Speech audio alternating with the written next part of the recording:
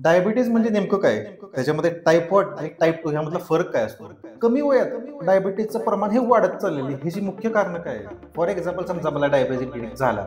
एक भीती निर्माण असते. अरे, आपण जर ह्याला आजार म्हणलं, तर हा 100% बरा होईल का? का आयुष्यभर मला गोळ्या खायला लागतील? तर प्रश्न असा आहे, डायबिटीज रिव्हर्स होऊ शकतो का? हाय बीपी आणि लो बीपी मध्ये काय फरक असतो? आजच्या पिढीमध्ये हृदयविकाराचं प्रमाण हे वाढत चाललेलं आहे. आता मी स्वतः एक यंग यंग मुलगा आहे, तर थोडंसं घाबरल्यासारखं होतं. ह्याची मुख्य कारणं काय आहेत, की बाबा युवा पिढीमध्ये हृदयविकाराचं प्रमाण हे वाढत चाललेलं आहे. ह्याची मुख्य कारणं काय आहेत? नमस्कार मंडळी, मी रोहित मोरे. तुम्ही ऐकत आहात सांगली जिल्ह्याचा पॉडकास्ट म्हणजे सांगली डिस्ट्रिक्ट पॉडकास्ट, एक आरोग्यदायी संवाद जिथे आपण अनुभवतोय तज्ज्ञांचे विचार, सल्ले आणि जीवनशैली बदलणाऱ्या गोष्टी. आज आपल्यासोबत आहेत अत्यंत आदराचे स्थान असलेले हजारो रुग्णांचे प्रभावी उपचार करणारे डॉक्टर प्रताप ठोंबरे सर, जे डायबेटीज, ब्लड प्रेशर, हृदयविकार आणि कोलेस्ट्रॉल ह्या आजच्या काळातल्या महत्त्वाच्या आजारांवरती खूप प्रभावी उपचार करत आहेत. आजच्या भागामध्ये आपण त्यांच्याकडून जाणून घेणार आहोत कोलेस्ट्रॉल म्हणजे काय, कोलेस्ट्रॉलमध्ये एच-डी-एल आणि एल-डी-एल म्हणजे काय, ब्लड प्रेशर नियंत्रणात कसा ठेवला पाहिजे, डायबिटीज म्हणजे काय, आणि आजच्या युवा पिढीला हृदय निरोगी ठेवण्यासाठी त्यांच्याकडून काही खास सल्ले आपण जाणून घेणार आहोत. चला तर आजच्या पॉडकास्टला आपण सुरू करूया. नमस्ते, मी doctor Pratap Ganpati Thombare, Vategaon, BMS, MD nutrition.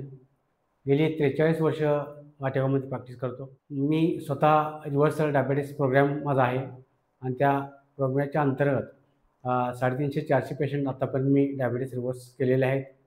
Result खूप चांगले आहेत. तर डायबिटीससाठी निश्चितपणे त्याचा तुम्हाला फायदा होईल. सर नमस्कार. नमस्ते. आपलं सांगली जिल्ह्याच्या पॉडकास्टवरती स्वागत आहे. पहिला प्रश्न जो मला तुम्हाला विचारायचा आहे, डायबिटीज म्हणजे नेमकं काय? त्याच्यामध्ये टाइप 1 आणि टाइप 2 ह्यामधला फरक काय असतो? डायबिटीस म्हणजे आपण आपल्या शरीरामध्ये जे ग्लुकोज आहे, आपण जे आहार खातो, प्रोटीन, कार्बोहायड्रेट, फॅटचे रूपांतर फॅटी ॲसिडमध्ये, कार्बोहायड्रेटचे रूपांतर ग्लुकोजमध्ये आणि प्रोटीनचे रूपांतर अमायनो ॲसिडमध्ये होते. तर आपल्याला ग्लुकोज लागतं आणि हे आपल्या शरीरात ग्लुकोज रेग्युलेट होत असताना ग्लुकोज जादा प्रमाणात वाढणं म्हणजे डायबिटीस. आता त्याच्यामध्ये टाइप 1 आणि टाइप 2 असा एक प्रकार आहे, त्यातलं थोडंसं अंतर सांगा आम्हाला. टाईप 1 डायबिटीस हा ऑटोइम्युन डायबिटीस आहे. तो सर्वसाधारणपणे लहान मुलांच्यामध्ये होतो आणि ऑटोइम्युनिटी म्हणजे आपल्या शरीरामधल्या पेशींना आपल्या शरीरातीलच पेशी मारतात आणि असं मारल्यामुळं आपल्या शरीरामध्ये असणाऱ्या बीटा सेल की ज्या आपले इन्सुलिन सिक्रेट करतात, त्या बीटा सेल हळूहळू मारल्या जातात आणि बीटा सेल हळूहळू मारल्यानंतर बीटा सेल पूर्ण डॅमेज होतात आणि पूर्ण डॅमेज झाल्या की मग टाईप 1 डायबिटीस होतो. आणि या टाईप 1 डायबिटीसला आपल्याला इन्शुलिनच द्यावं लागतं, इन्शुलिनशिवाय दुसरा पर्याय नसतो. दुसरी गोष्ट टाईप 2 डायबिटीस. टाईप 2 डायबिटीस हा वयाच्या सर्वसाधारणपणे 17-18 वर्षानंतर होतो. दुसरी गोष्ट, यामध्ये आपल्याला जो डायबिटीस होतो तो सरासरी आपल्या पॅन्क्रियाजमधून सिक्रेट होणारे बीटा सेल कमकुवत होतात आणि त्यातून सिक्रेशन कमी होतं इन्शुलिनचं, असं मानलं जातं. परंतु हा डायबिटीस आहे तो डायबिटीस रेजिस्टन्स डायबिटीस आहे.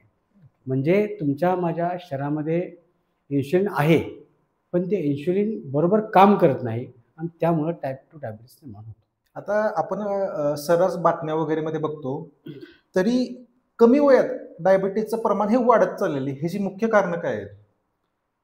डायबिटीस कमी वयामध्ये निर्माण होतो ह्याचं मुख्य कारण म्हणजे आपला आहार. आहार, विहार, आचार, विचार. त्यामधला आहार हा आपल्याला जे कार्बोहायड्रेट लागतं ते आपल्या रुटीन आहारामधून मिळतंच. परंतु आपण ॲडेड शुगर घेणं, प्रोसेस्ड फूड घेणं, हे असणारी शुगरी ड्रिंक घेणं, अशा पद्धतीचा आहार आपण घेतल्यामुळं आपल्याला आवश्यक आहे त्यापेक्षा सुद्धा जास्त प्रमाणात आपल्या शरीरामध्ये ग्लुकोज येतं आणि ते ग्लुकोज आलं की ग्लुकोजला रेझिस्टन्स निर्माण होतो. आणि सगळ्यात पहिली गोष्ट म्हणजे आपल्या शरीरामध्ये फॅट डिपॉझिट व्हायला लागतं. ते फॅट वाढतं आणि फॅट वाढला की मग आणखीन इन्शुलिन रेझिस्टन्स निर्माण होतो, वाढतो आणि मग कमी वयामध्ये सुद्धा हा टाईप 2 डायबिटीस व्हायला सुरुवात होतो. आपण सांगितलं की कमी वयामध्ये डायबिटीसची मुख्य कारणं आहेत. आता घरामध्ये डायबिटीसचा इतिहास असल्यामुळे आपण कशा प्रकारे तो अंदाज लावू शकतो की बाबा इतिहास असल्यामुळे तुला डायबिटीस होईल किंवा नाही होईल, ह्याबद्दल थोडंसं सांगा. डायबिटीस हा जेनेटिक आहे असं पण समजलं जातं. परंतु जेनेटिक त्याचं पर्सेंटेज फार कमी आहे. पण जेनेटिकली ज्यांच्या घरामध्ये म्हणजे आजोबा, आई, वडील यांना जर डायबिटीस असेल तर नेक्स्ट जनरेशनमध्ये डायबिटीस होण्याची शक्यता जास्त असते, म्हणजे तो जास्त प्रोन असतो. परंतु आपल्या घरामध्ये जर पूर्वी कोणाला डायबिटीस आहे आणि आपल्या नेक्स्ट जनरेशनमध्ये होणार आहे असं जर आपल्याला वाटत असेल तर सगळ्यात महत्त्वाची गोष्ट म्हणजे आपली लाईफस्टाईल आहे. म्हणजे त्याला इंड्यूस करण्याची कारणं आहेत ते म्हणजे आपला जो शुगरी आहार आहे, शुगरी ड्रिंक्स आहेत, हे सगळे जर आपण कमी केलं आणि त्याप्रमाणे मॅनेज केलं तर समजा आपल्याला जरी आनुवंशिकपणे आपल्याकडे होणार असला तर आपण तो थांबवू शकतो.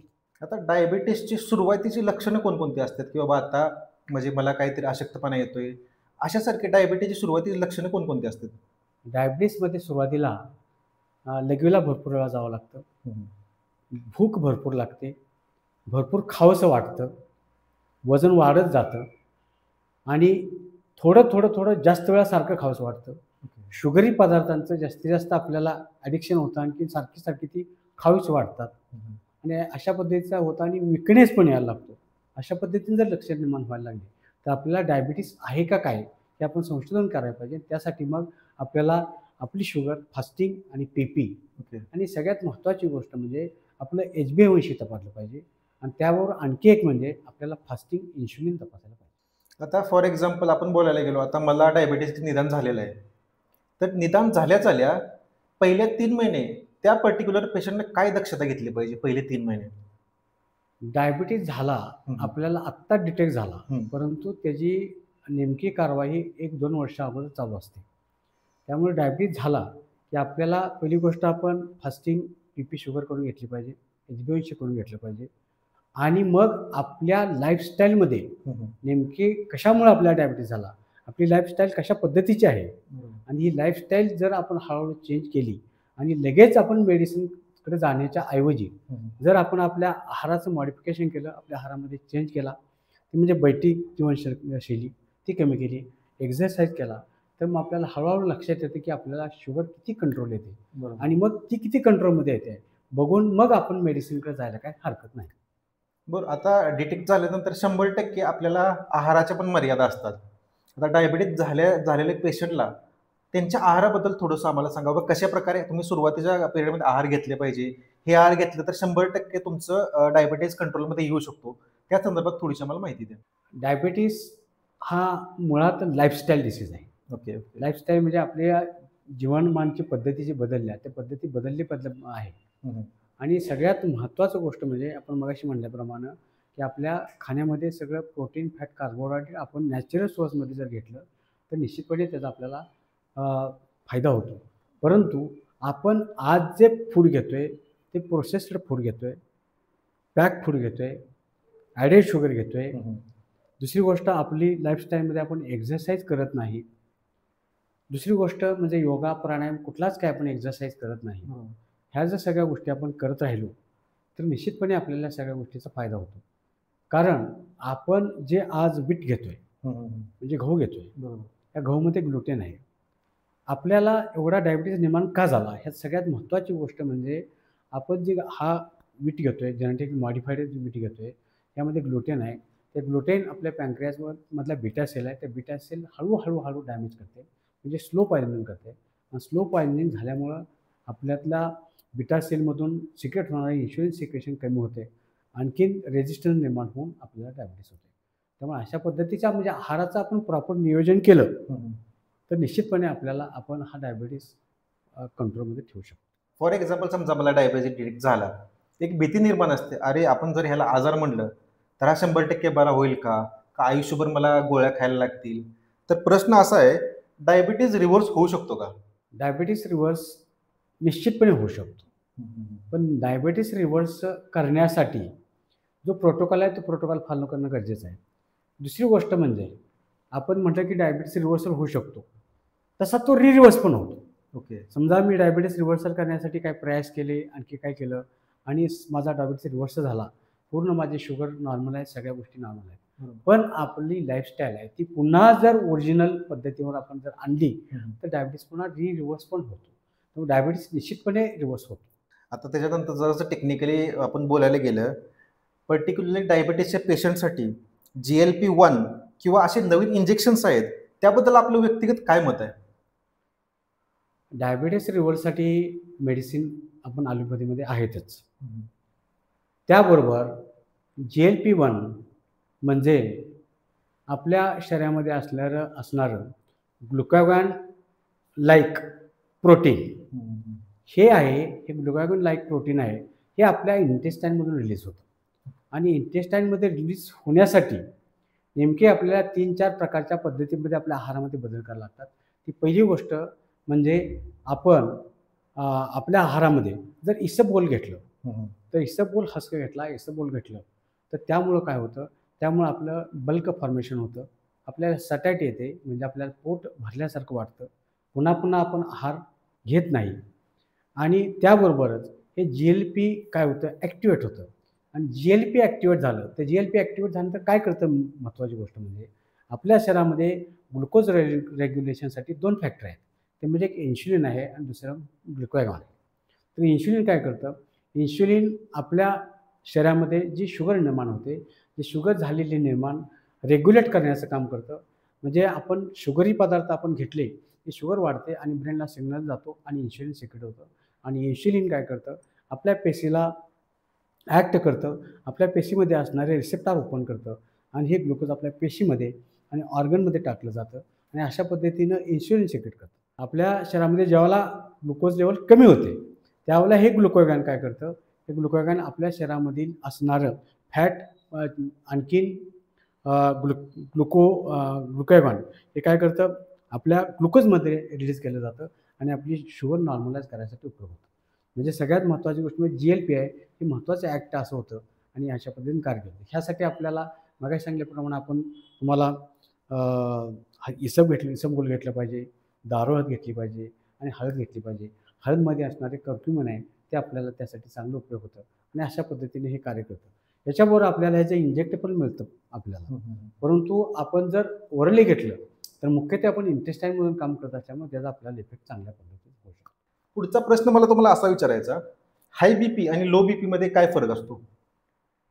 तुम्हाला आम्हाला प्रत्येकाला ब्लड प्रेशर हे असतंच आणि ब्लड प्रेशर असतं म्हणण्यापेक्षा ते नॉर्मल असणं गरजेचं असतं. ब्लड प्रेशर नॉर्मल म्हणजे किती असतं, सिस्टॉलिक ब्लड प्रेशर आणि डायस्टॉलिक ब्लड प्रेशर. आपलं सिस्टॉलिक ब्लड प्रेशर आणि डायस्टॉलिक असं BP आहे. तर सिस्टॉलिक हे 120 पर्यंत आणि डायस्टॉलिक हे 80 पर्यंत हे आपलं नॉर्मल ब्लड प्रेशर आहे. परंतु जर आपलं सिस्टॉलिक 120 पेक्षा जास्त 140 180 पर्यंत गेलं आणि डायस्टॉलिक सर्वसाधारणपणे 90-100 पर्यंत यायला लागलं तर आपल्याला ब्लड प्रेशर निर्माण झालं असं आपण समजावं. तरीसुद्धा आपण हे ब्लड प्रेशर असं वाढलं की आपण लगेच मला ब्लड प्रेशर झालं असं समजण्यापेक्षा पुन्हा पुन्हा 2-3-4 वेळा आपण ब्लड प्रेशर चेक करावं, त्यामधलं ॲव्हरेज बघावं आणि मग आपण ठरवावं की ब्लड प्रेशर आपल्याला निर्माण झाले किंवा नाही झाले. आता त्यातला सगळ्यात मुख्य प्रॉब्लेम असा असतो की बाबा BPवरती नियंत्रण नसतो. BP नियंत्रणात न राहिल्यास आपल्या शरीरावरती काय धोके होऊ शकतात? ब्लड प्रेशर जर आपल्याला हाय झालं तर हाय ब्लड प्रेशर झाल्यामुळं आपल्या रक्तवाहिन्यांच्यावर ब्लड प्रेशरचा दाब पडतो. रक्तवाहिन्या रप्चर होऊन आपल्याला जर ब्रेनमध्ये रप्चर झाली तर स्ट्रोक, हार्टमध्ये झाले तर हार्ट अटॅक, आणि फुफ्फुसामध्ये झालं तर मग पल्मोनरी इम्बोलिझम अशा पद्धतीचे व्याधी निर्माण होतात आणि आपल्याला हे मेजर व्याधी म्हणतात. परंतु ब्लड प्रेशर निर्माण झाल्यामुळं हेडेक होणं, चक्कर येणं, अस्वस्थता वाटणं, घाम येणं अशा पद्धतीची सुद्धा लक्षणं बऱ्याच वेळा निर्माण होतात. आता आपण बघतो प्रत्येक वेळी आपण औषधं वगैरे काहीतरी 100% अवेलेबल असतात ज्याने BP नियंत्रण होतं. मला जाणून घ्यायचं आहे, औषधाव्यतिरिक्त अशा नैसर्गिक कोणकोणत्या पद्धती आहेत ज्याने आपला BP नियंत्रणात आणू शकतो? ब्लड प्रेशरसाठी मेडिसिन आहेतच. तुम्हाला मग सांगितल्याप्रमाणे हाय BP आहे, लो BP आहे. बरोबर. लो BPचे सुद्धा असे कारण आहेत की आपण आपल्या शरीरामधल्या पाणी वॉटर लॉस झाला, वॉमिटिंग झालं, ब्लड लॉस झाला, तर अशा पद्धतीने झालं तर आपल्या शरीरामधला वॉटर लॉस होतो आणि ब्लड प्रेशर आपलं कमी होतं. ते ब्लड प्रेशर जर आपलं डायस्टोलिक आहे ते 60 किंवा 60पेक्षा जर खाली आलं तर आपण समजावं आपल्याला लो ब्लड प्रेशर आहे आणि मग त्याच्यासाठी आपण उपाय करायला हवेत. त्यासाठी आपल्याला आयुर्वेद देणं किंवा आणखी काय करणं ह्या गोष्टी कराव्या लागतात. जर ब्लड प्रेशर आपल्याला हाय ब्लड प्रेशर असेल तर हाय ब्लड प्रेशरसाठी आपण मेडिसिन घेऊ शकतो. परंतु त्याबरोबर हाय ब्लड प्रेशर निर्माण होण्याची कारणं काय, म्हणजे आपली लाईफस्टाईल आपण सगळ्यात गोष्ट महत्त्वाची पाहिली पाहिजे. आणि या लाईफस्टाईलमध्ये आपण जो आहार घेतो आहे तर आहारामध्ये तुम्हाला मागे सांगितल्याप्रमाणे आपण इन्शुलिन आपला रेजिस्टन्स निर्माण होतो, म्हणजे हाय ग्लुकोज जर आपण आहार घेतला तर त्यामुळे इन्शुलिन निर्माण होतो, त्यामुळे ब्लड प्रेशर निर्माण होतो. दुसरी गोष्ट म्हणजे आपल्या आहारामध्ये जे आपण फॅट घेतो ते फॅट आपल्याला घेत असताना सॅच्युरेटेड फॅट आहे आणि अनसॅच्युरेटेड फॅट आहे. सॅच्युरेटेड फॅट जर घ्यायचा आपल्या आहारामध्ये आलं, ट्रान्स फॅट जर आपल्या आहारामध्ये आलं, तर ट्रान्स फॅट, सॅच्युरेटेड फॅट यामुळं आपल्या शरीरामध्ये फ्री मॉलिक्युल तयार होतात आणि फ्री मॉलिक्युल तयार होऊन आपल्याला ऑक्सिडेटिव्ह स्ट्रेस निर्माण होतो आणि ऑक्सिडेटिव्ह स्ट्रेस निर्माण झाल्यामुळं आपल्या शरीरावर त्याचे परिणाम होतात.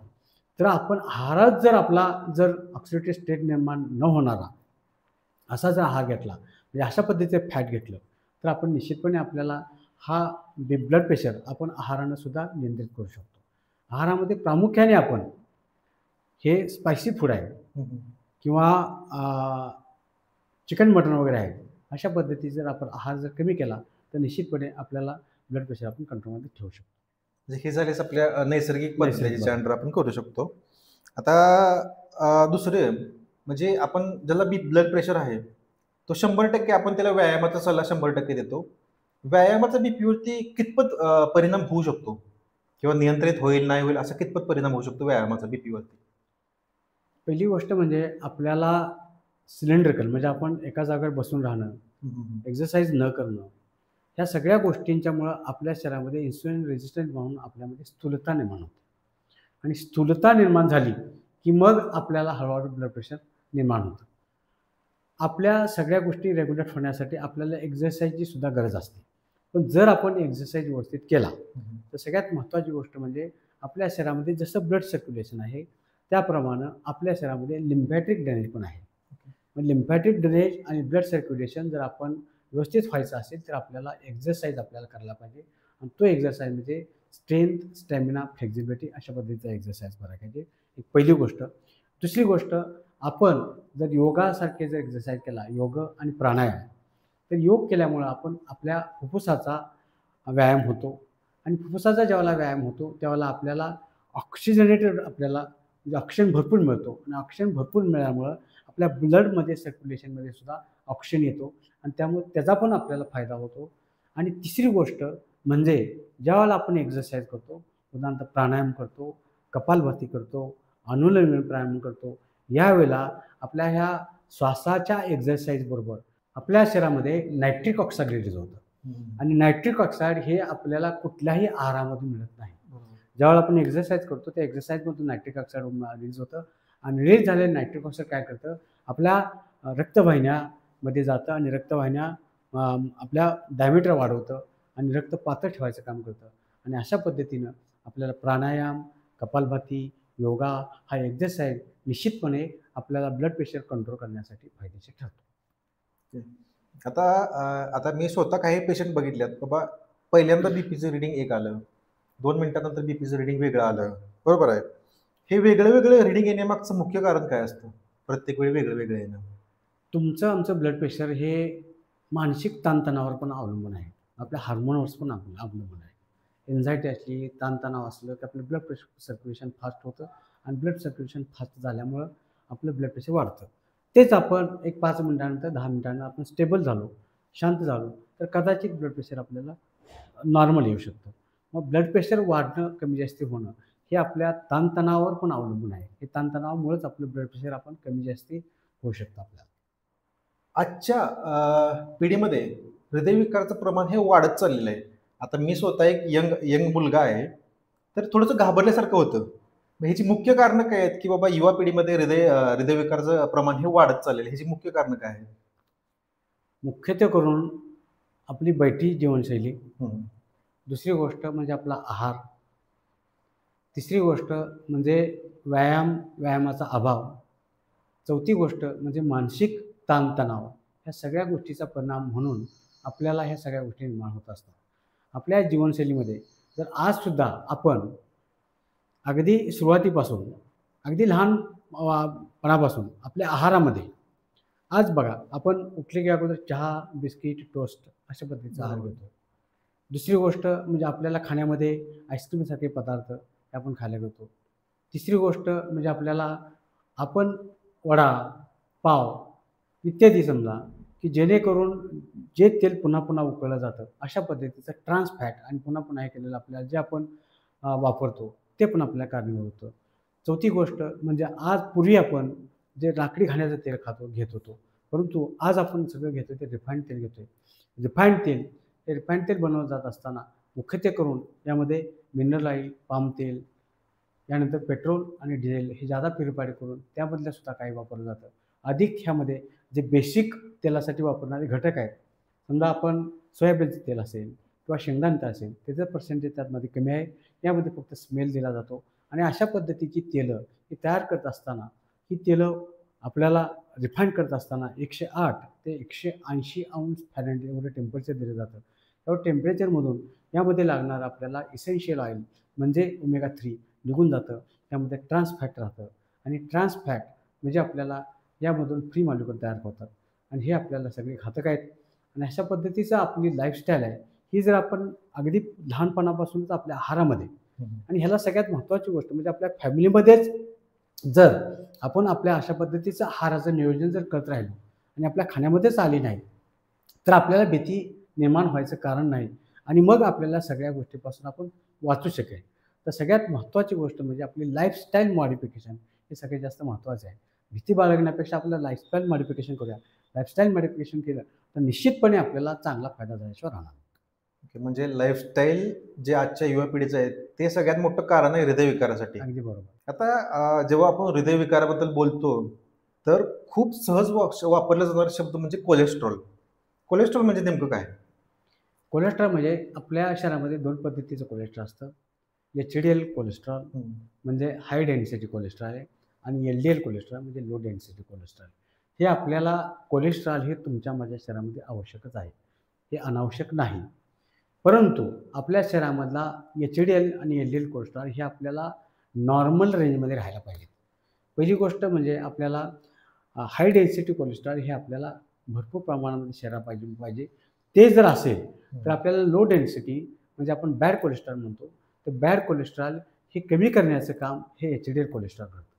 ज्यावेळेला आपल्या शरीरामध्ये HDL कोलेस्ट्रॉल कमी होतं आणि LDL कोलेस्ट्रॉल जास्त वाढतं, त्यावेळेला LDL कोलेस्ट्रॉल वाढल्यामुळं आपल्या रक्तवाहिन्यांच्यामध्ये त्याचे प्लग तयार होतात, ब्लॉकेज तयार होतात आणि मग आपल्याला हार्ट अटॅकचे चान्सेस जास्तीत जास्त वाढतात. आता त्यातला जो तिसरा शब्द आहे म्हणजे बऱ्याचशाच रिपोर्ट्समध्ये आपण वाचतो तो म्हणजे ट्रायग्लिसराईड. हे म्हणजे मुख्य काय आहे? ट्रायग्लिसराईड म्हणजे नेमकं काय? ट्रायग्लिसराईड सुद्धा आपल्या शरीरामध्ये लागतं आणि ट्रायग्लिसराईड पासून आपल्याला एनर्जी प्रोव्हाइड केली जाते, आपल्याला एनर्जी मिळते. तर ट्रायग्लिसराईड हे सर्वसाधारणपणे नॉर्मल रेंजमध्ये आपल्याला 150 ते 175च्या आसपास पाहिजे. परंतु जर हे ट्रायग्लिसराईड जादा वाढलं तर मग त्याचे दुष्परिणाम होतात. सगळ्यात महत्त्वाची गोष्ट म्हणजे हे ट्रायग्लिसराईड काय करतं? हे ट्रायग्लिसराईड फक्त आपल्या रक्तवाहिन्यामुळे सगळ्या शरीरामध्ये ट्रायग्लिसराईड पसरलं जातं. मग ट्रायग्लिसराईड मुख्यत्वे करून पसरण्याचं काम करतं आणि ते पसरून आपल्या शरीराला एनर्जी प्रोव्हाइड करतं. परंतु ज्यावेळेला हे जर जास्त प्रमाणामध्ये वाढतं त्यावेळेला निश्चितपणे घातक होतं आणि घातक झाल्यामुळं मग आपल्याला ट्रायग्लिसराईड वाढल्यामुळं हार्टचे आजार निर्माण होण्याची शक्यता जास्त असते. आता आजच्या पिढीमध्ये जेव्हा आपण बघता तर स्ट्रेस ह्याचं प्रमाण खूप जास्त वाढलेलं आहे, बरोबर आहे? स्ट्रेस हृदयासाठी किती घातक आहे ह्याबद्दल थोडंसं सांगा. स्ट्रेस निश्चितपणे घातक आहे. स्ट्रेस आपण ज्यावेळेला आपल्या येतो त्यावेळेला स्ट्रेस येतो त्यावेळेला आपल्याला स्ट्रेस निर्माण करणारा सुद्धा हार्मोन आहे आणि मग स्ट्रेस निर्माण करणारा हार्मोन वाढला की आपल्या शरीरामध्ये सगळ्याच हार्मोनाचा बॅलन्स बिघडतो आणि हा हार्मोनस बिघडल्यामुळं याचा परिणाम आपला ब्लड प्रेशर होतो, ब्लड प्रेशर वाढतं. ब्लड प्रेशर वाढल्याचा परिणाम म्हणून निश्चितपणे आपल्याला हार्टच्या व्हेसलवर परिणाम होतो आणि व्हेसलवर परिणाम झाल्यामुळं आपल्याला हार्टचे प्रॉब्लेम निर्माण होतात. दुसरी गोष्ट अशी की स्ट्रेस निर्माण झालं की आपल्या बाकीच्या ह्याच्यामध्ये सुद्धा इन्फ्लमेशन निर्माण होतं आणि इन्फ्लमेशन निर्माण झालं की इन्फ्लमेशन हे आपल्या रक्तवाहिन्यांच्यामध्ये सुद्धा इन्फ्लमेशन निर्माण होतं आणि त्याचा परिणाम म्हणून आपल्याला हार्टचे प्रॉब्लेम निर्माण होतात. ओके. आता खूप चांगली माहिती आम्हाला सांगितली तुम्ही. आता मुख्य उद्देश म्हणजे ह्यातनं एवढंच असतं की बाबा आपलं कोलेस्ट्रॉल कुठंतरी कमी झालं पाहिजे किंवा बॅलन्स झालं पाहिजे, बरोबर आहे? ह्यासाठी आपण कुठल्या जीवनशैलीचा उपयोग केला पाहिजे किंवा आपलं कोलेस्ट्रॉल नियंत्रणात राहील? सगळ्यात महत्त्वाची गोष्ट म्हणजे कोलेस्ट्रॉल म्हणजे आपल्याला आपल्या शरीरामध्ये आपण जे ऑइल खातो ते तेल खातो हे सगळ्यात महत्त्वाची गोष्ट म्हणजे आज आपण तेल लाकडी घाण्यापासून मिळणारं तेल आपण घेतलं पाहिजे. लाकडी घाण्यापासून तेल म्हणजे एवढ्यासाठी की ज्यावेळेला लाकडी घाण्यापासून तेल आपण तयार करतो त्यावेळेला लाकडी घाण्यापासून केलेलं टेम्परेचर जादा होत नाही आणि त्यामध्ये इसेन्शियल सगळ्या गोष्टी आहेत त्या आपल्याला मिळतात. तेच त्याच्याऐवजी आपण जे आज जास्तीत जास्त आपल्या खाण्यामध्ये आहे हे रिफाईंड तेल आहे. रिफाईंड तेलाचा वापर आपल्याला कमी केला पाहिजे, म्हणण्यापेक्षा नगण्य ठेवला पाहिजे आणि जास्तीत जास्त आपल्याला आपण लाकडी खाण्यापासून तयार होणारं तेल तुम्ही सोयाबीन तेल असू दे, तीळ तेल असू दे, खोबरेल तेल असू दे, शेंगदाणा तेल असू दे, हे निश्चितपणे तुम्ही जर वापरलं तर आपल्याला उपयुक्त होतं. दुसरी सगळ्यात महत्त्वाची गोष्ट म्हणजे आपल्याला कोलेस्ट्रॉल वाढू नये, ट्रायग्लिसराईड वाढू नयेत म्हणून आपण एक्झरसाईज करणं गरजेचं आहे. बैठीशन जीवनशैली आपल्याला टाळली पाहिजे आणि आपण रोज कमीत कमी आपल्याला कमीत कमी 30 मिनटं आणि जास्तीत जास्त सहजपणे 60 मिनटं ते 70 मिनटं आपल्याला व्यायाम हा करायलाच पाहिजे. व्यायाम तो सार्वत्रिक प्रकारचा व्यायाम पाहिजे, स्ट्रेंथचा व्यायाम पाहिजे, स्टॅमिनाचा व्यायाम पाहिजे आणि फ्लेक्झिबिलिटीचा व्यायाम पाहिजे. अशा पद्धतीने जर आपण सगळ्याच गोष्टी व्यवस्थित केल्या तर आपल्याला कोलेस्ट्रॉल वाढणार नाही, ट्रायग्लिसराईड वाढणार नाही, ब्लड प्रेशर निर्माण होणार नाही आणि आपल्याला सगळ्या ह्या गोष्टीपासून आपण परावृत्त राहू शकतो. मला पुढचा प्रश्न तुम्हाला असा विचारायचा आहे, सध्याच्या धावती जीवनशैलीमध्ये निरोगी राहण्यासाठी डॉक्टरांचं काय सूत्र असायला पाहिजे? सगळ्यात महत्त्वाची गोष्ट म्हणजे हेल्थ इज वेल्थ. राईट. आरोग्यम धनसंपदा. आपण आरोग्याला प्राधान्य दिलं पाहिजे आणि मग बाकीच्या गोष्टी आहेत. आजच्या धावत्या जीवनशैलीमध्ये किंवा आजच्या नवीन पिढीला जन्माला आल्यापासून आपण अभ्यास, आपलं करिअर, ह्या सगळ्या गोष्टी आपण लहान मुलांच्यापासून अगदी तरुण वयात मुलांच्यापर्यंत आपण लादत आली पहिली गोष्ट. दुसरी गोष्ट, मुलांनासुद्धा या सगळ्या गोष्टी मानसिक आपल्या प्रभाव त्याचा निर्माण होऊन अभ्यास केला पाहिजे, सगळ्या गोष्टी केल्या पाहिजे. यासाठी मानसिक ताणतणाव घेतात, शरीराकडे दुर्लक्ष करतात, अभ्यास भरपूर करतात. कदाचित चांगला अभ्यास केल्यामुळं, चांगले मार्क्स मिळाल्यामुळं चांगलं करिअर निर्माण होतं, चांगल्या फॅक्टरीमध्ये किंवा गव्हर्नमेंटमध्ये सर्व्हिस मिळते आणि चांगला पगार पण मिळतो. परंतु पुढची गोष्ट अशी आहे, चांगला पगार मिळतो, चांगले पैसे मिळायला लागतात, पण त्यावेळेला आरोग्याच्या समस्या निर्माण होतात. उदाहरणार्थ वयाच्या 18व्या वर्षी, 20व्या वर्षी आपल्याला डायबिटीस होणं, हार्टचे प्रॉब्लेम निर्माण होणं, कॅन्सर निर्माण होणं, अशा काही घटना आपण बघतो आज की 25-30 वर्षाचा मुलगा आहे, चांगल्या फॅक्टरीमध्ये सर्व्हिस लागल्या आणि पुढच्या 1-2 वर्षामध्ये कोलॉनी कॅन्सर झाला. तर परवाची आमच्याकडे घटना घडली की 25 वर्षाचा मुलगा होता, त्याला चांगलं पॅकेज होतं, कोलॉनचा कॅन्सर निर्माण झाला आणि कोलॉनचा कॅन्सर निर्माण होऊन त्यामध्ये त्याचा डेथ झाला. आपण जर आरोग्याकडे जर दुर्लक्ष केलं आणि आरोग्याकडे दुर्लक्ष करून जर आपण फक्त पैसा आणि पैसा याच्या पाठीमागं लागलो तर मग आपल्याला भविष्य चांगलं निर्माण होणार नाही. त्यासाठी आरोग्याच्या गोष्टी आहेत ह्या सगळ्या पहिल्यापासून आपण लक्ष दिलं पाहिजे. अगोदर आरोग्य घेऊया, अगोदर आरोग्य संपन्न होऊया आणि आरोग्य संपन्न होऊन मग आपल्याला मग पैसा आणि सगळ्या गोष्टी पाहिजेतच. पण अगोदर सगळ्यात महत्त्वाची गोष्ट आपण आरोग्यावर लक्ष देणं फार महत्त्वाची गोष्ट आहे. मग यासाठी आपण सगळ्यात महत्त्वाची गोष्ट म्हणजे आपल्या जीवनशैलीमध्ये बदल करत असताना जीवनशैली ही महत्त्वाची गोष्ट आहे. ती महत्त्वाची अशी आहे की अगदी उठल्यापासून संध्याकाळपर्यंत काय करावं म्हणजे दिनचर्या येते. सगळ्यात महत्त्वाची गोष्ट म्हणजे आपण उठल्या अगोदर स्वच्छता आली, त्यानंतर सगळ्यात महत्त्वाची गोष्ट म्हणजे आपला आहार आला, त्याबरोबर व्यायाम आला. परंतु आपण याच्याकडे दुर्लक्ष करत असल्यामुळं झोप आपल्याला चांगली मिळायला पाहिजे. कमीत कमी आपल्याला 7 तास झोप मिळाले पाहिजे. कारण झोप जर म्हणला तर झोपेबाबतीत आयुर्वेद काय म्हणतो, एक आपण श्लोक बघितला तर त्याच्यावरून लक्षात येईल. निद्रेची व्याख्या केली आयुर्वेदानं. निद्रा यत्तम सुखम दुःखम पुष्टिकार्ष बलाबलम वृषता क्लिबता ज्ञानम अज्ञानम. म्हणजे आपण जर विश्रांती चांगली घेतली तर लक्षात ठेवा आपलं आरोग्य चांगलं राहतं, आपले कुठलेही आपण क्रश होत नाही, कुठलेही व्याधी निर्माण होत नाही. झोप चांगली मिळणं, कारण झोपेमध्येच आपलं चयापचय होत असतं. दुसरी सगळ्यात महत्त्वाची गोष्ट म्हणजे आपलं जेवण आणि झोप ह्याच्यामधलं अंतर असलं पाहिजे.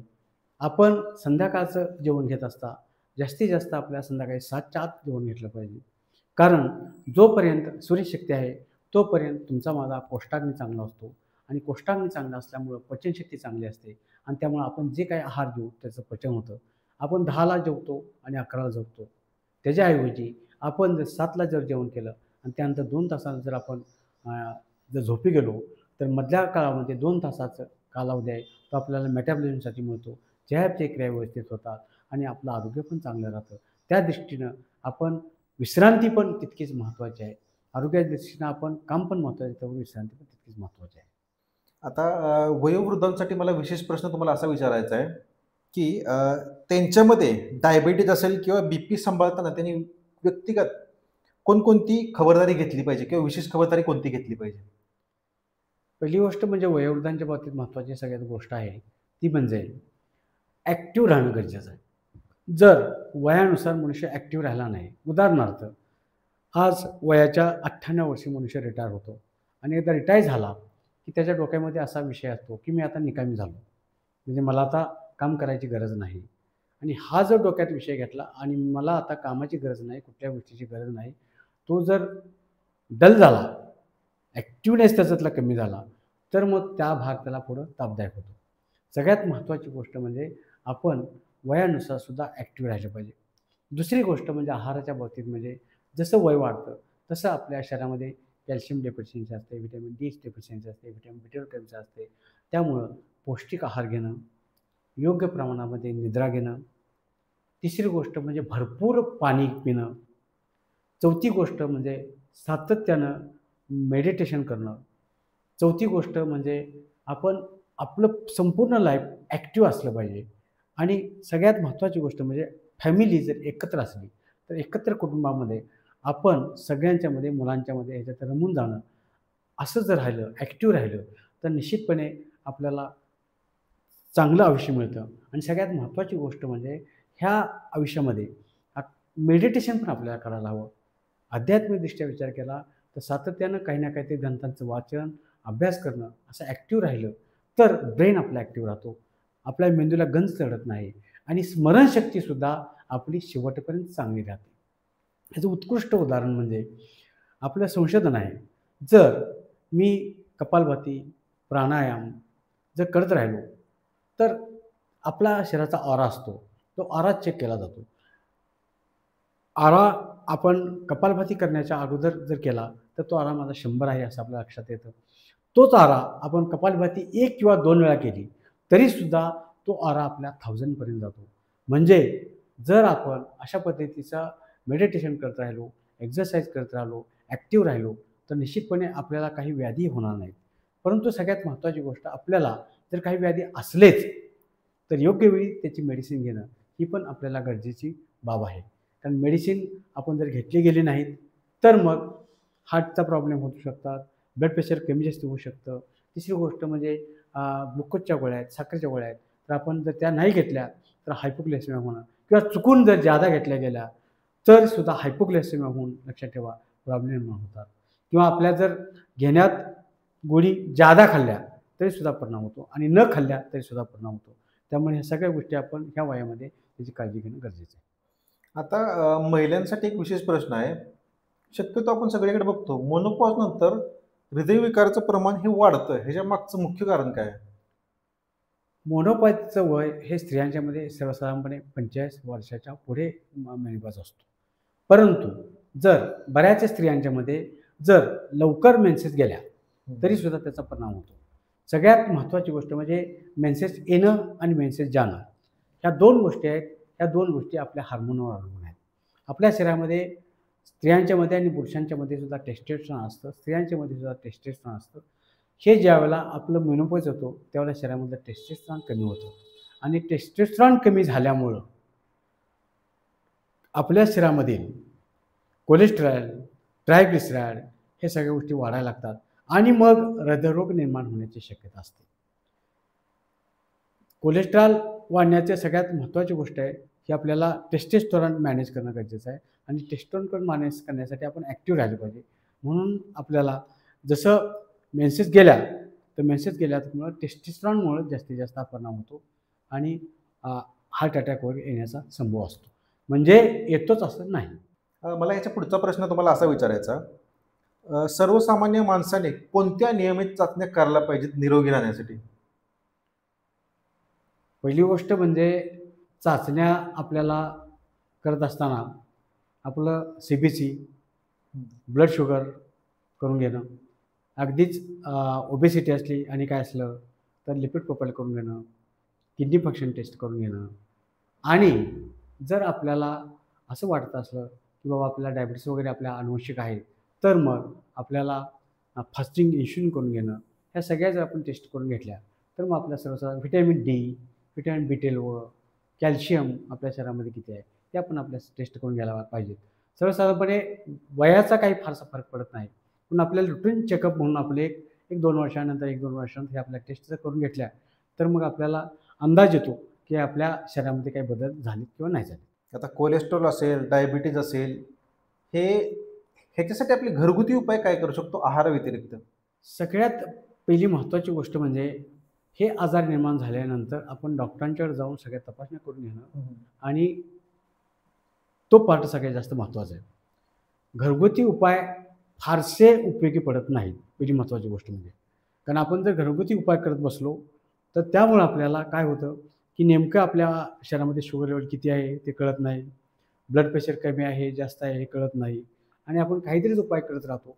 आणि असे उपाय जर काही उपाय आपण जर सातत्यानं करत राहिलो तर त्याचे काही साईड इफेक्ट्स पण आहेत. बरोबर. काही समजा आपण हार्मोनल मेडिसिन आपल्या मनातच घेत राहिलो तर त्या हार्मोनल मेडिसिनचे साईड इफेक्ट आहेत किंवा घरगुती असणाऱ्या पदार्थ. कारण कसं आहे, अति सर्वत्र वळले.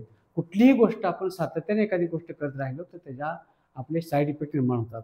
त्यामुळं शक्यतो डॉक्टरांच्या सल्ल्याशिवाय घरगुती कोणतेही उपाय आपण करण्याच्या नादाला लागू नये. तुमचं फास्टिंग डाएटवर तुमचं काय मत आहे?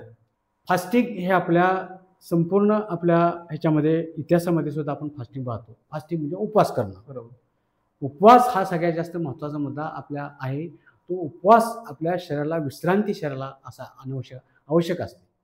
ही विश्रांती आपल्या शरीरात देण्यासाठी आपल्या कुठल्याही याच्यामध्ये गेलं तरी आपल्याला उपवास हा येतो. एकादशी येते, काही उपवास येतात, ते उपवास येतात, तरी उपवास आपल्याला म्हणजे आपण जर उपवास केला तर त्या उपवासाचा परिणाम आपल्या शरीरावर चांगला होतो. फास्टिंग होतं, विश्रांती, रेस्ट मिळते शरीराला, आणि विश्रांती मिळाल्यामुळं नंतर पुन्हा कार्यक्षमता निर्माण होण्यासाठी निश्चितपणे त्याचा फायदा होत असतो. परंतु फास्टिंग करत असताना अगदीच आपल्याला काही व्याधी असले तर आपण व्याधी, समजा उदाहरणार्थ आपल्याला डायबिटीस आहे आणि आपण जर फास्टिंग करत असलो तर आपण डायबिटीसची मेडिसिन बंद केली पाहिजे, तरच आणि मग फास्टिंग केलं पाहिजे. अदरवाईज आपण डायबिटीसची मेडिसिन घेतोय आणि जर फास्टिंग करत असलो तर निश्चितपणे त्याचा आपल्या शरीरावर वाईट परिणाम होतो. त्यामुळं फास्टिंग करत असताना आपल्याला इंटरमिटेंट फास्टिंग आहे, लॉंग फास्टिंग आहे, पण इंटरमिटेंट फास्टिंग करणं सगळ्यात जास्त संयुक्तिक असतं. पण या सगळ्या गोष्टीचा विचार करून आपण फास्टिंग करणं सगळ्यात जास्त महत्त्वाची गोष्ट आहे. आज आपण तुम्ही म्हणल्याप्रमाणे आपण डाएटमध्ये घेताना लो कार्ब डाएट किंवा केटो डाएट अशा पद्धतीचं सुद्धा अलीकडं लोकांच्यामध्ये काही गोष्टी निर्माण झाल्या आहेत. परंतु आपल्याला लो कार्ब डाएटमध्ये घेत असताना सर्वसाधारणपणे आपण लो कार्ब म्हणजे 10 ते 20% कार्बोहायड्रेट, प्रोटीन 40-50% प्रोटीन आणि फॅट 30% अशा पद्धतीचा हा लो कार्ब डाएट आपण घेत असतो. परंतु असा लो कार्ब डाएट घेण्यापेक्षा प्रत्येक आहाराचं ग्लायसेमिक इंडेक्स असतो आणि ग्लायसेमिक लोड असतो. तर आपण असा आहार घेतला पाहिजे की ज्या पदार्थांचा ग्लायसेमिक इंडेक्स कमी आहे आणि कमी इंडेक्स असल्यामुळे ग्लायसेमिक लोड कमी होईल, अशा पद्धतीचा जर आपण आहार घेत राहिलो तर मग आपल्याला लो कार्ब डाएटकडे वळावं लागणार नाही. दुसरी गोष्ट म्हणजे आपण केटो डाएट घेतो. त्या केटो डाएटमध्ये आपण जास्तीत जास्त 60% 70% आपल्याला फॅट प्रोव्हाइड केलं जातं. 10 ते 20% आपल्याला प्रोटीन प्रोव्हाइड केलं जातं आणि कार्बोहायड्रेट फार कमी प्रोव्हाइड केलं जातं. तर अशा पद्धतीचा आहार तो आपल्या प्रत्येक शरीराला मानवेल असं नाही, व्यक्ती तितक्या प्रकृती आहेत. आणि मग अशा पद्धतीचा आहार जर आपण जास्त दिवस घेत गेलो तर काही आपल्या शरीरामध्ये व्हिटॅमिन्स, मिनरल्स यांची कमतरता निर्माण होते आणि काही गोष्टी पुन्हा निर्माण होऊ शकतात. त्यामुळं अशा पद्धतीचं आहाराचं नियोजन करत असताना किंवा कुठल्याही पद्धतीचा आपण डाएट करत असताना आपल्या मनानं करण्यापेक्षा जास्तीत जास्त आपल्या तज्ज्ञ डॉक्टरांचा, त्यामधल्या डायटिशियनचा आपण सल्ला घ्यावा, योग्य मार्गदर्शन घ्यावं आणि मगच अशा पद्धतीच्या डाएटकडे आपण वळावं. अन्यथा आपण जर आपल्या मनानंच काही डाएट जर करत असेल तर निश्चितपणे त्याचे वाईट परिणाम होतात आणि दुष्परिणाम झाल्यानंतर आपल्याला ते निस्तरणं फार अवघड असतं. डिटॉक्स डाएट ह्याबद्दल तशी थोडी माहिती सांगा. आपण आजपर्यंत जो सगळा डाएट घेतो तो प्रोसेस्ड आहार घेतो. तो प्रोसेस्ड आहार असल्यामुळं आपल्या शरीरात टॉक्झिन्स साठून राहतात. आपलं शरीर स्वच्छ होत नाही. मलमूत्र विसर्जन होणं सगळ्यात जास्त महत्त्वाची गोष्ट आहे. आणि हे होण्यासाठी आपल्याला आपण जो आहार घेतो त्या आहारामध्ये डिटॉक्स डाएट म्हणजे आपल्या शरीरामध्ये जे टॉक्झिन्स साठले ते निघून जायला पाहिजे. मग डिटॉक्स डाएट येतो कुठला? तर डिटॉक्स डाएटसाठी काही आयुर्वेदिक वनस्पती आहेत. त्या वनस्पतींचे आपण कषाय घेऊ शकतो. दुसरी गोष्ट म्हणजे आपण काय जो आहार घेतो, आता आपण मगाशी सांगितल्याप्रमाणे भरड धान्य आहेत. या भरड धान्यांच्यामध्ये आपल्याला सॉल्युबल फायबर आहे, इनसॉल्युबल फायबर आहे. सॉल्युबल फायबर, इनसॉल्युबल फायबर हे आपलं संपूर्ण शरीर डिटॉक्स करतात आणि आपलं सगळं मॉर्बिड टॉक्झिन्स आहेत ते एकत्र करतात आणि आपलं शरीर चांगलं शुद्ध करतात. आपण अंघोळ करतो, शरीर वरून स्वच्छ होतं, पण अंतर्गत शरीराची स्वच्छता ही सगळ्यात जास्त महत्त्वाची आहे. आणि मग अंतर्गत शरीराची स्वच्छता होण्यासाठी आपण डिटॉक्स शरीर व्हायला पाहिजे. पण डिटॉक्स करत असताना आपण मनानंच डिटॉक्सिफिकेशन करण्याच्या नादाला लागू नये. योग्य तज्ज्ञचा सल्ला घ्यावा. योग्य डाएट कुठल्या पद्धतीत घ्यावा, डिटॉक्स डाएट कुठला आहे आणि त्यातले कुठले चांगले पदार्थ आहेत आपल्याला डिटॉक्स करण्यासारखे ते आपण तज्ज्ञांच्या मार्गदर्शनाकडून घ्यावे. तशा पद्धतीनं आपण आहार घ्यायला हरकत नाही. डिटॉक्स शरीर आपल्याला व्हायलाच पाहिजे. शरीर जर डिटॉक्स झालं तर आपल्या शरीराची शुद्धी होऊन आपलं शरीरातील टॉक्झिन सगळे निघून जातात आणि आपलं आरोग्य चांगलं राहतं. आपल्याकडे आलेले एखाद्या रुग्णाचे प्रेरणादायक केस स्टडी असेल त्या संदर्भात थोडीशी माहिती सांगा आम्हाला. आपण आता मगाशी आपण पाहिलंच की तुम्ही आपलं शरीर डिटॉक्स करण्यासाठी डिटॉक्स डाएटचं विचारलं किंवा काही आपण गोष्टी पाहिल्या, तर त्या माध्यमातीच एक गोष्ट सांगतो. माझ्याकडे एक आलेलं पेशंट, त्याच्या पोटामध्ये फिकोलीत 4 वर्षे त्याच्या पोटामध्ये फिकोलीत होते. आणि फिकोलीत म्हणजे आपण जर पोटाला हात लावला तर ज्या ठिकाणी हात लावील त्या ठिकाणी त्याचे फिकोलीत सगळे आपल्याला लागत होते. आणि असा तो पेशंट कंटिन्युअस 4 वर्ष सोनोग्राफी करून घेतली, वेगवेगळ्या पेडिट्रिशियन दाखवलं, वेगवेगळ्या डॉक्टरांचा सल्ला घेतला, परंतु कुठल्याही सल्ल्याचा आणि कुठल्याही औषधोपचाराचा त्याला काहीसुद्धा उपयोग झाला नाही. तर हा माझ्याकडे आला. मग आमचं healthy life by doctor Thombare YouTube channel आहे, आणखी त्याच्या माध्यमातून आम्ही सेवा देत आहोत.